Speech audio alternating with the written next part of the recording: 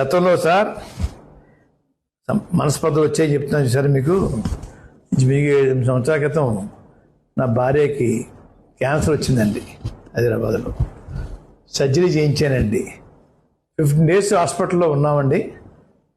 మళ్ళా 10 రూపాయలకి రండి కీమో చేయించానని చెప్పి డాక్టర్ సెన్సార్ గారు చెప్తే ఈ ఎదవలకి ఇంటికి వచ్చానండి.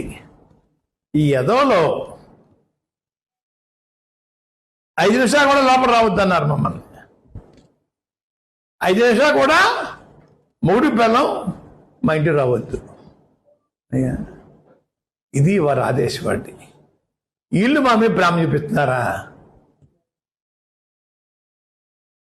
మూడు పిల్లలు వద్ద కలిసి గుమ్మలో కాసేసి మా ఇంటికి రావద్దు అంటే హైదరాబాద్లో బ్రాహ్మిన్స్ చక్రం సుధాకర్ గారు ఉంటే వారింటికి తీసుకెళ్ళిపోయి అయ్యా ఆ 2 days ఉండి అక్కడికి రిటర్న్ అయ్యామండి.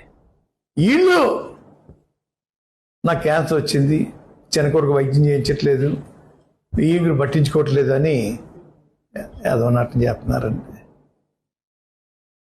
భాష కూడా మారిపోయింది నాకు తట్టుకోలేక. నన్ను ఎందుకు ఎత్తుకోవాలా? నన్ను ఎందుకు రోడ్డు మీద ఆగాలా? మీకు నాకు సంబంధాలు లేవే, 1 year నుంచి మేము రాకపోకలు లేవే, పూర్తిగా దిగిపోయే, ఇంకా నన్ను టార్గెట్ చేస్తా ఉన్నారా? ఏ వాసించి టార్గెట్ చెప్తారని అడుగుతా ఉన్నాను. నువ్వు టార్గెట్ చేసి బెదిరిపోతానా? కిలప మనసుగా మనవండి ముత్రరాయ వీర్రావు గారు అబ్బాయిని బెదిరిపించేస్తే బెదిరిపోవడానికి ఈ రక్తంలో